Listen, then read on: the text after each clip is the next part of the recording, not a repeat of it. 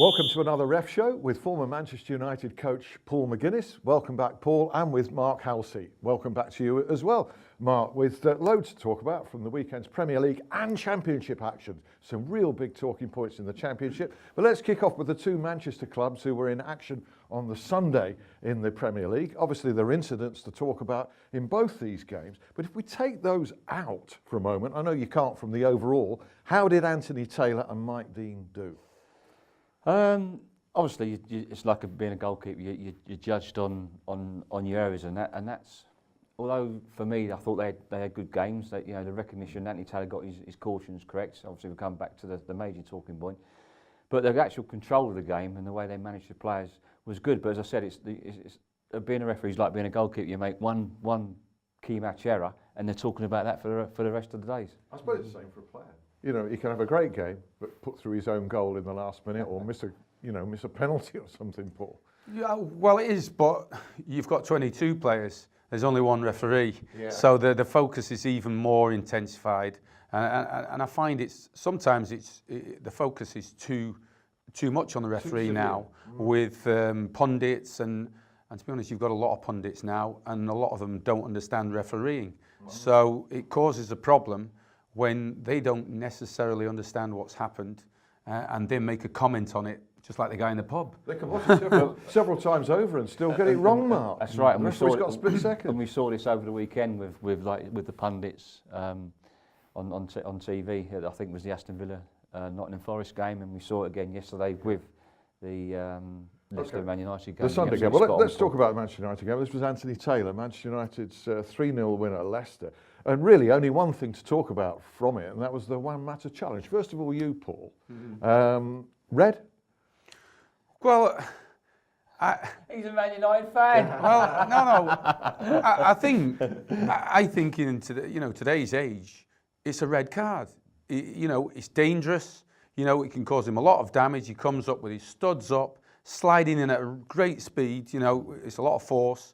So you have to say, it could have caused him a lot of damage. So it has to be a red card, It wasn't a red card in the reality. I mean, obviously, I think Anthony's recognition of that offence wasn't what it should be at that level. And I just think he was too quick in getting his yellow card out. He didn't give himself any thinking time. And, a reckless challenge is a yellow card. A reckless challenge that endangers a player's safety with excessive force and you're out of control is a red card offence, sending off offence. But Anthony he was in a fantastic position. I just think he didn't. Was he too close? No, I don't think he was too close. He just didn't go through his thought process, and he came in too quickly with the yellow card, and that shut. Then when you do that shuts all your other officials out, because they ain't going to come in then and say it's a red card, especially as being a fourth official who would have had a good view of the challenge as well. Great point. I don't know, Mark, whether also this comes into factor with referees. I've not done the job, but Juan Mata, if he's about 8 stone and 8.5 stone, he's the smallest player I've ever seen when I've seen him. He's not known to be that aggressive, and I think he was going across, really trying to just intercept the ball. But really, that can't be brought into it. No, if it's dangerous, it's dangerous. You treat each case on its merits. Although Juan Mata's not renowned for challenging like that, you treat each case on its merits. And I think he was a little bit aggrieved where I think he should have had a free kick a little bit moments earlier, and he was a bit upset. The other Manchester club, Manchester City, late win over Swansea, 2-1. They're in good form at the moment. Yellow card for diving in this. Raheem, Sterling. Was that avoidable for you? Yeah, I have some sympathy for Mike Dean. There, because I think the assistant got involved there. Mike Dean was very happy, and once the assistant comes in and puts his flag up, then Mike Dean blows the whistle. He then has to go and caution Sterling for simulation. But it's never simulation. He's if he doesn't evade that challenge, then Fabianski breaks his leg. So you could say technically it should have been a penalty. Yeah, because he's got to jump out. He's got to lift his leg out of the way. Yeah. I mean, he might have been looking to dive, but then he sees him coming and thinks, "Well, I've got to shift my leg backwards." Evasive action, and really, it's a foul by the goalkeeper. And also, Mike's body language told me that he didn't need that. So the assistant's gone looking for trouble, and he's found it from Mike. But going on from that. Man City's second goal, in my opinion, would not have occurred had the referee and the assistant referee, who's flagged for a foul seconds earlier, Obviously, the Man City fullback has just kicked the ball into position, Yeah. and then the ball's moving. So then the ball, then he plays it again, and it goes down. Ball comes over, bang, 2-1. I mean, free kicks, the ball must be stationary, and a referee, an assistant should never take your eye off the ball. And that could have been avoided. I think what Paul Clement said that, there's three things. It wasn't much of a foul. He's just evaded him. Is it a foul? The ball's rolling, but also it's not from the right place. And that gives them extra time to get back into position and so on. Mark, you were blogging Chelsea-Arsenal at the weekend. Yes. Chelsea 3, Arsenal 1. And there's been an almighty debate since then about Alonso's goal, the first Chelsea goal. I was screaming because I was watching it. What a great header. Yeah. Marvellous. Got in there and won it. Loads of people are saying it's a foul. No, as soon as I saw it, I thought that was an excellent goal. And what you've got to realise is, I mean, Alonso, he's coming from a different angle, and so is Bellerin. He's coming from a different angle, going in different angle, different directions into the same space. And for me, Alonso's used his arms for elevation. He's already in the air, and he's powered through and headed a goal. For me, I don't think he's done much wrong. Arsene Wenger predictably, Arsene Wenger thought it was a foul. This is where you can see there's 2 points of view, because if you're saying, well, it's come with excessive force, well, he's running to jump for a ball, but if you see the force he hits him with and the effect it had, his arm hits him on the chin, he's virtually horizontal and lands on the floor nearly knocked out, but he's going for the ball. So you can see how, but that, I mean, again, the pundits on Match of the Day, they don't even discuss it. It's just, Arsenal. No. So it's soft Arsenal. They dismiss it. This is a very difficult thing. I mean, the other week we had, and it'd be interesting to hear your views on this, because Guardiola was complaining about a challenge on the goalkeeper. And he's got his arm right across the goalkeeper's face. So there's a balance with all this. We can see the argument either way, but my view was, layman's view, taking refereeing technical analysis aside, if you abolish that sort of goal, you might as well abolish aerial challenges and goals like that. It's you don't agree with that, Paul? No, I do. I think there's a balancing act, and this is, I think, probably in this case, it's just a normal traditional challenge, bang.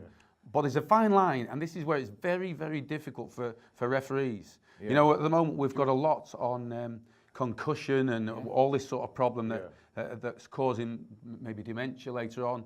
And that's maybe because a lot of these challenges were going on in years gone by. Also, Alonso was already there. He was there first, and then obviously Bellerin's come into that space. His only intention was to win that ball. That's right. And if you go back last couple of weeks ago with Ryan Mason and Gary Cahill, no free kick given there, and there's both gone there, and look what happened there. Okay, briefly in this half, just to wrap up, Mark Clattenburg was again extolled on Refcam for his performance in Spurs 1, Middlesbrough 0, decided by a penalty. It was a correct call.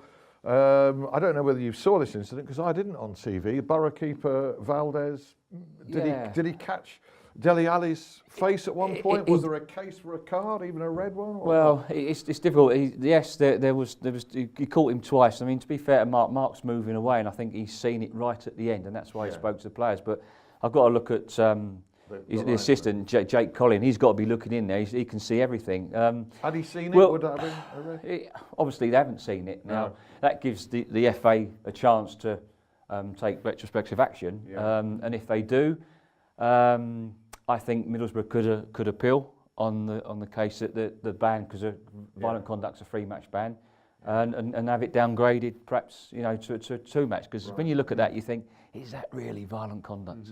Let's just finish part one with a great talking point in Michael Oliver's game. This was Watford 2, Burnley 1. Now, Jeff Hendrick was correctly sent off. There's no question. We're talking about excessive force and in danger. There wasn't an argument, was there? Absolutely not. But can we get on to the complaint by Sean Dyche that the referee, Oliver, he felt should have sent off Mbaye Niang, who already cautioned, for running into the crowd after his winning goal. The question is, did he actually run into the crowd? Now, this has been a bugbear of mine for the whole of this season, and I want to congratulate and applaud Michael Oliver for not cautioning the player, because in the laws of the game, it says goal scoring celebrations, if you leave the field of play, it's not an automatic caution.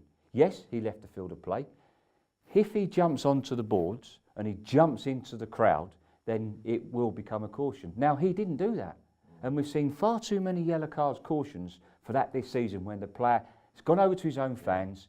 And that's what it's about. That's what they paid to see. It's kind of the spectacle of the game. He's celebrating with fans. He's not causing any disturbance. There's just a few arms around each other on the touchline.